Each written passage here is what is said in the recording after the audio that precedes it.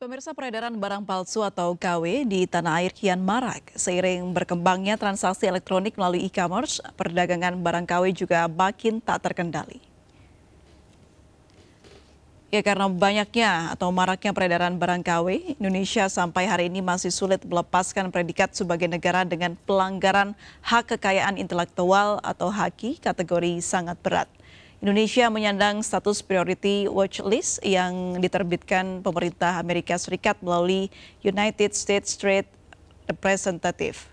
Predikat ini tidak hanya memperburuk citra Indonesia di mata internasional sebagai negara yang menjadi surga perdagangan barang palsu. Kerugian besar harus ditanggung perusahaan pemilik merek asli dan terutama konsumen sebagai pengguna. Sudah banyak upaya yang sudah dilakukan pemerintah, namun perang melawan produk KW ini ibarat menantang asap. Ya, pemirsa, Badan Perlindungan Konsumen Nasional BPKN membuka pintu bagi pihak manapun, termasuk pengaduan terhadap produk palsu atau bajakan. Lebih jauh kita akan berbincang bersama Rizal E. Halim, Ketua Badan Perlindungan Konsumen Nasional Republik Indonesia. Selamat sore, Pak Rizal. Selamat sore, Mbak April. Salam Baik. sehat. Salam sehat selalu, Bapak. Membahas mengenai beredarnya barang palsu yang ada di pasaran Indonesia. Sudah berapa banyak, Pak, yang mengadu atau memberikan laporannya ke BPKN? Baik, Mbak April. Jadi pengaduan yang masuk ke BPKN terkait pelanggaran hak kekayaan intelektual memang tidak banyak ya. Ada di bawah 10 kasus. Nah, memang karena kasus pelanggaran hak kekayaan intelektual ini sifatnya delik aduan, maka ini menjadi masalah klasik bagi proses penegakan hukum. Kalau kita lihat data-data di kepolisian, sebenarnya perkara yang masuk cukup banyak ya, dan itu tidak serta-merta kemudian menurunkan tingkat pelanggaran terhadap hak kekayaan intelektual. Tadi Mbak April sudah menyampaikan, jadi sebagai tambahan kita tidak hanya pada tahun ini, tapi sejak tahun 89 pemerintah Amerika melalui Kamar Dagangnya yang tadi disebut United States of Trade Representative itu sudah memasukkan Indonesia sebagai kelompok yang diawasi khususnya terkait lemahnya proses penegakan hukum di hak-hak kekayaan intelektual, termasuk baraknya peredaran barang-barang bajakan. Nah, kalau kita lihat Mbak April, kita bisa memotret dari dua sisi ya, dari sisi permintaan dan sisi supply. Kalau kita lihat memang konsumsi masyarakat kita cukup tinggi dan permintaan akan barang itu cukup besar. Nah, ini kadang sering dimanfaatkan oleh pihak-pihak tidak bertanggung jawab yang pada ujungnya adalah pelanggaran terhadap hak kekayaan intelektual. Nah, sebenarnya kita bisa melakukan beberapa antisipasi selain proses penegakan hukum di teman-teman aparat penegak hukum. Yakni pertama, tentu memperkuat struktur industri dan memperkuat peredaran barang dan jasa yang ada di wilayah Kesatuan Republik Indonesia. Ya. Yang kedua, tentunya karena permintaan ini cukup tinggi, maka ada upaya mendorong kemampuan masyarakat untuk bisa mengakses barang atau jasa yang bukan bajakan. Nah, kedua hal ini sebenarnya bisa diorkestrasikan, bisa diformulasikan sehingga kita bisa keluar dari klaim oleh USTR sebagai negara yang masuk dalam pengawasan lemahnya proses penegakan hak kekayaan intelektual. Nah, di sisi lain sebenarnya kita juga bisa mengajak para pelaku usaha industri untuk bersama-sama untuk menertibkan dan membersihkan peredaran barang dan jasa yang melanggar regulasi hak kekayaan intelektual. Nah, bagi pemerintah tentunya pelanggaran hak kekayaan intelektual melalui produk-produk bajakan ini tentunya berpotensi menyebabkan kerugian negara. Ya. Kalau kita bisa sum up sekitar 25 sampai 35 triliun per tahun, kita harus kehilangan potensi penerimaan negara dari produk-produk bajakan yang beredar, baik di pasar offline maupun di pasar online. Nah ini sebenarnya perlu kita tertibkan, sehingga tadi pertama selain menggairahkan industri dalam negeri, juga kita butuh memperbaiki citra Indonesia di kancah internasional. Baik, kira-kira seperti itu. Pak Rizal, bicara soal bagaimana ini peraturan begitu ya, dilarang ada pembajakan sebetulnya sudah ada di Indonesia. Nah, kalau kita bicara peraturan yang dilanggar, berarti ini ada penindakan yang tidak ditegakkan. Nah, seperti apa selama ini Anda melihat penegakan peraturan dari pembajakan ini di Indonesia? Nah, memang karena sifatnya delik aduan, tentu teman-teman penegak hukum tentunya akan bertindak berdasarkan aduan yang masuk. Nah, kadangkala karena barang atau jasa yang digunakan ini dengan nilai yang tidak terlalu besar, kadang aduan itu jarang yang menyampaikan. Sehingga tadi kendala di penegak hukum juga terjebak dalam status penegakan hukum pelanggaran hak kekayaan intelektual dengan menggunakan delik aduan. Kalau kita mau buka tidak hanya delik aduan atau bisa dilakukan dengan inisiatif lembaga penegak hukum, itu akan lebih baik. Atau sidak mungkin ya Pak ya? Yes, sidak bisa jadi ada sifatnya inisiatif lembaga penegak ya. Itu bisa tanpa harus menunggu aduan masyarakat. Nah, baik, berarti menurut Anda kegiatan sidak menyidak ini selama ini belum dilakukan dengan maksimal? Sidak setiap saat dilakukan oleh pemerintah, apakah melalui kementerian yang terkait seperti Kementerian Perdagangan, Perindustrian, dan juga penegak hukum. Tetapi sidak ini kan dilakukan secara berkala dan ada durasi-durasi tertentu. Nah, di luar durasi itu, misalnya seminggu ini, sebulan ini disidang, bulan depan itu marak lagi. Itu terjadi terus-menerus dan setiap saat.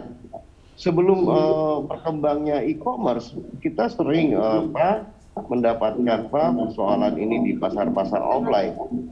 Nah, di mall, di plaza, di pasar tradisional dan sebagainya. Sekarang dengan berkembangnya e-commerce ini juga beredar di platform-platform. Sehingga tadi tidak bisa kalau penertiban barang-barang bajakan ini hanya mengandalkan pemerintah, itu akan tidak akan maksimal. Perlu kolaborasi dengan teman-teman di industri. Oke. Kalau dari analisa Anda, Bapak Rizal, faktor-faktor apa saja yang sebenarnya membuat beredarnya barang-barang bajakan di Indonesia ini bukannya malah menurun, namun justru malah meningkat? Tadi saya sudah jelaskan di awal bahwa karena permintaan masyarakat cukup tinggi.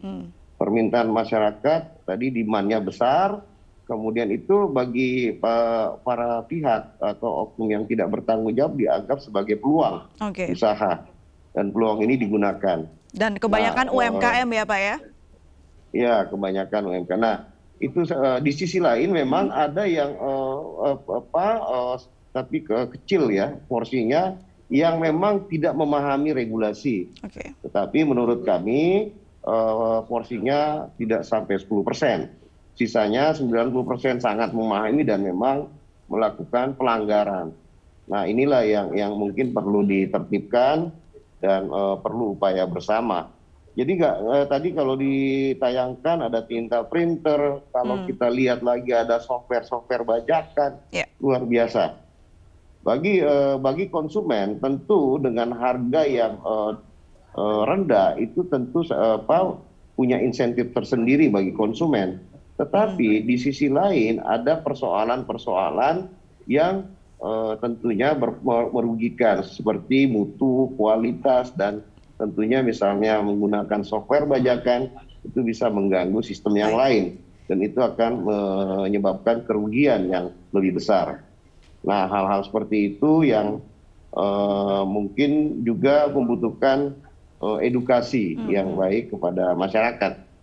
Kalau kita lihat tidak hanya di platform-platform e-commerce, di pasar-pasar offline juga seperti tadi barang-barang kecantikan, kosmetik itu marak sekali, luar biasa peredarannya dan saya pikir ini perlu segera kita reduksi. Dan baik, yang menariknya adalah fenomena di Indonesia ini adalah Bapak penjualan barang-barang bajakan ini secara terang-terangan, tidak ada filternya begitu. Nah ini apakah memang mentalnya sudah terbangun sejak lama begitu mengenai jual beli barang bajakan ini sudah hal yang biasa? Ya bayangkan Mbak April, jadi kita sejak 80-an, tahun 80-an itu sudah menjamur ya, usaha-usaha memproduksi barang-barang bajakan atau barang-barang KW. Nah, regulasinya ada penegak hukumnya. Nah, tetapi karena tingginya permintaan ya dan juga butuh kesadaran masyarakat dalam konteks ini konsumen, maka tanpa itu kita akan terus dibanjiri dengan barang-barang ini. Di sisi lain juga kita membutuhkan kerjasama dari teman-teman industri untuk menertibkan di masing-masing subsektor industrinya. Jadi kalau ada hal-hal yang sudah dianggap berbahaya itu perlu ditertibkan. Contoh, nggak usah ke yang sifatnya modern ya, digital, pasar digital. Di pasar-pasar tradisional kita bisa banyak mendapatkan barang-barang palsu, merek-merek palsu.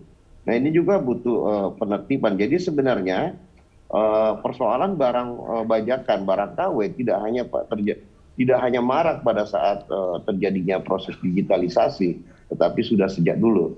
Nah memang kami senantiasa terus berkoordinasi dengan kementerian lembaga terkait, Badan POM, Perindustrian, Kementerian Perdagangan, Kepolisian, untuk bagaimana membentengi masyarakat kita menghindari resiko khususnya bagi konsumen atau masyarakat yang bisa berdampak lebih besar.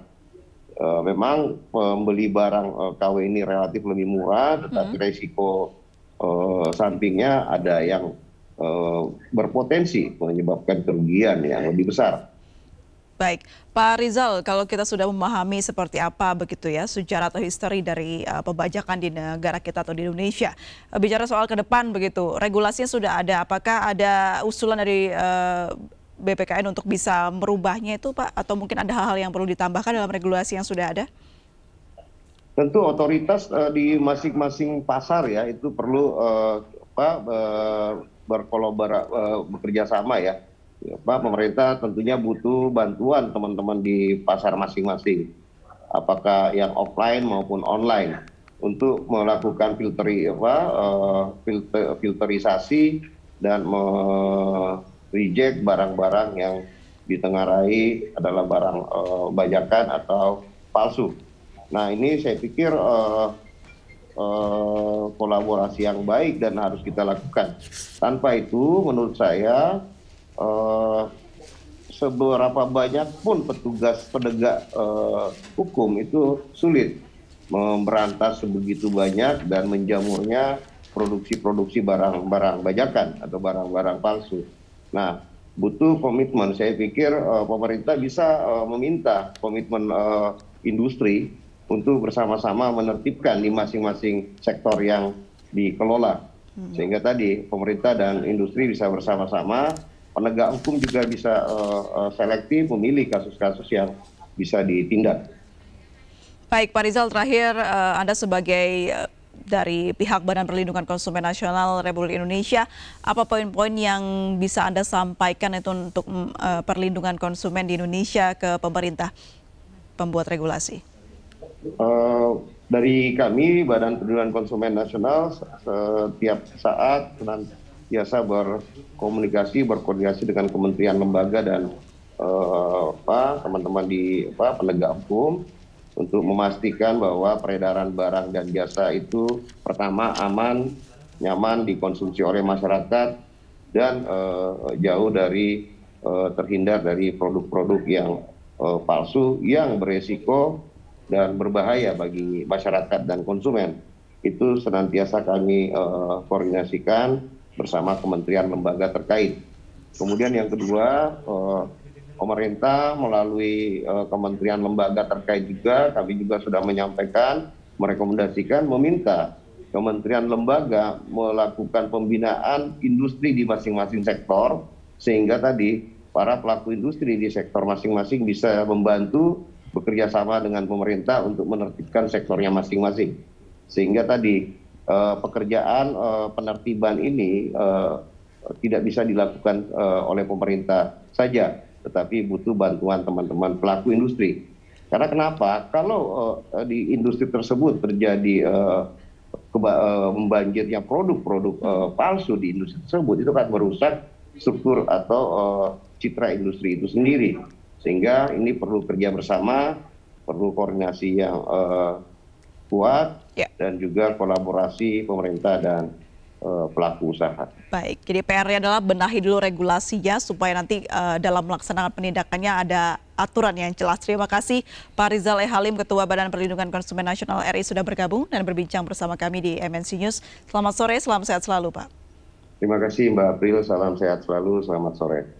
Baik, pemirsa, kita akan kembali sesaat lagi, tetaplah di MNC News.